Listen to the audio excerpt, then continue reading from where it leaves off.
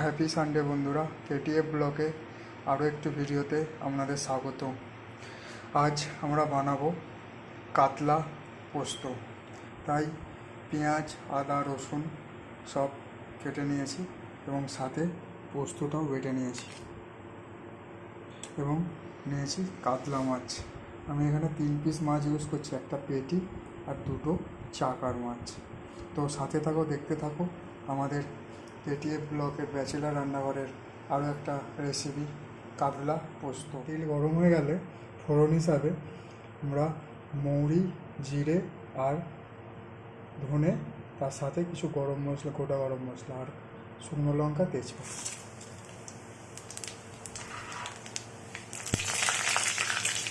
এটা ভাজা হয়ে গেলে হালকা একটা সুন্দর গন্ধ ওঠে, ঠিক সেই সময় আমি আদা আর রসুনটা ভেজে নেব।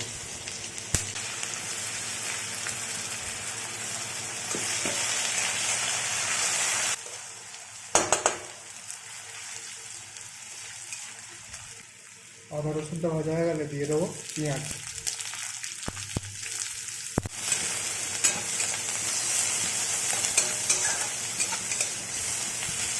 পেঁয়াজটাকে একটু লাল লাল করে ভেজে নেবো, তারপর লবণ দেবো এবং লবণ দেওয়ার সাথে সাথে দিয়ে দেবো টমেটো।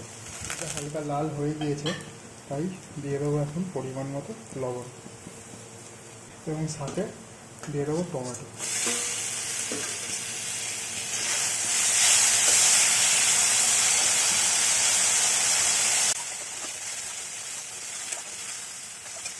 টমেটোটাকে একদম গলিয়ে নেব যাতে গ্রেভিটা ভালো হয়।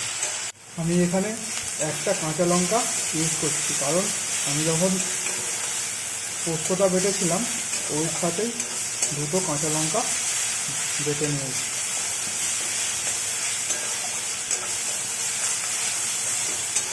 পেঁয়াজ টমেটোটা খুব ভালো করেই ভাজা হয়ে গিয়েছে।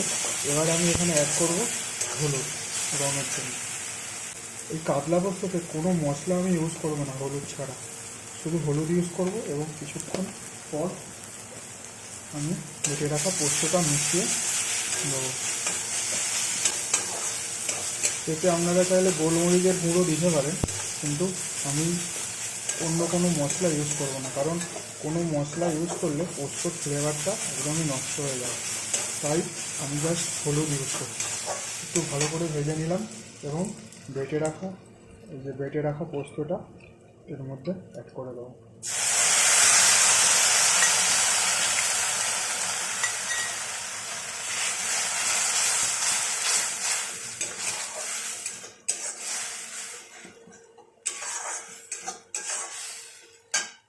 জাস্ট অল্প পরিমাণ কষিয়ে নেব পেঁয়াজের সাথে, পেঁয়াজ টমেটোর সাথে এই পোস্তটা।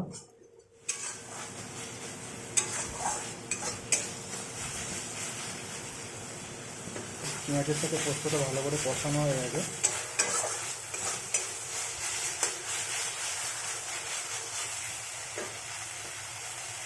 এই যে পেঁয়াজ টমেটো আর পোস্তর এই যে কষা, এটা দিয়েও কিন্তু খেতে, রুটি বা ভাত খেতে খুব সুন্দর লাগে। আপনারা এরকমও বানিয়ে খেতে পারেন। আমি এবার এই ভাজা কষানো বা ভাজা এই মশলার মধ্যে অল্প পরিমাণ মতো জল দিয়ে দেবো।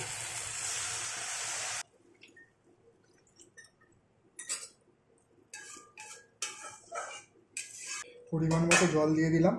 এবার দিয়ে দেবো সেই মাছের টুকরোগুলো।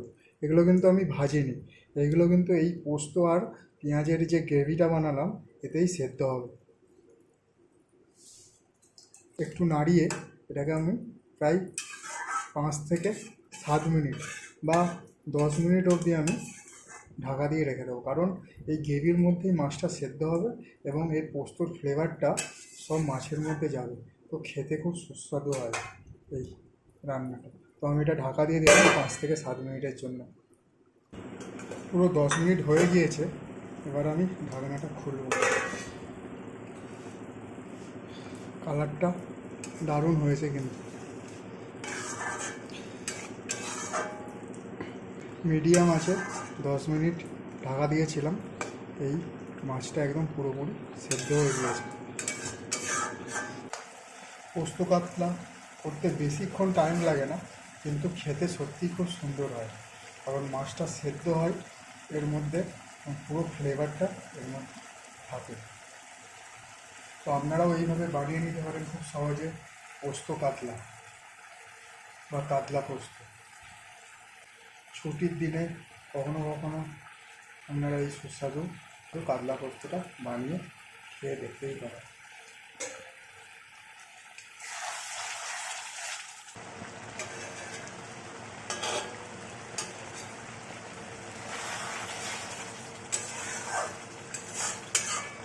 আমাদের পোস্ত কাতলা একদম রেডি, বা কাতলা পোস্ত একদম রেডি। এবার এটাকে আমরা নামিয়ে নেব। নামানোর আগে আমি আঁচটা কম করে দিয়ে কয়েকটা ধনেপাতা দিয়ে দেবো।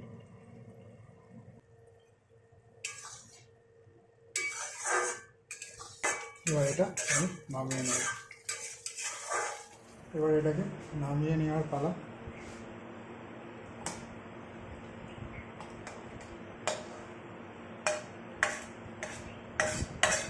এটাকে নামিয়ে নিলাম এবং এর মধ্যে গরম গরম থাকাকালীন এর মধ্যে অল্প করে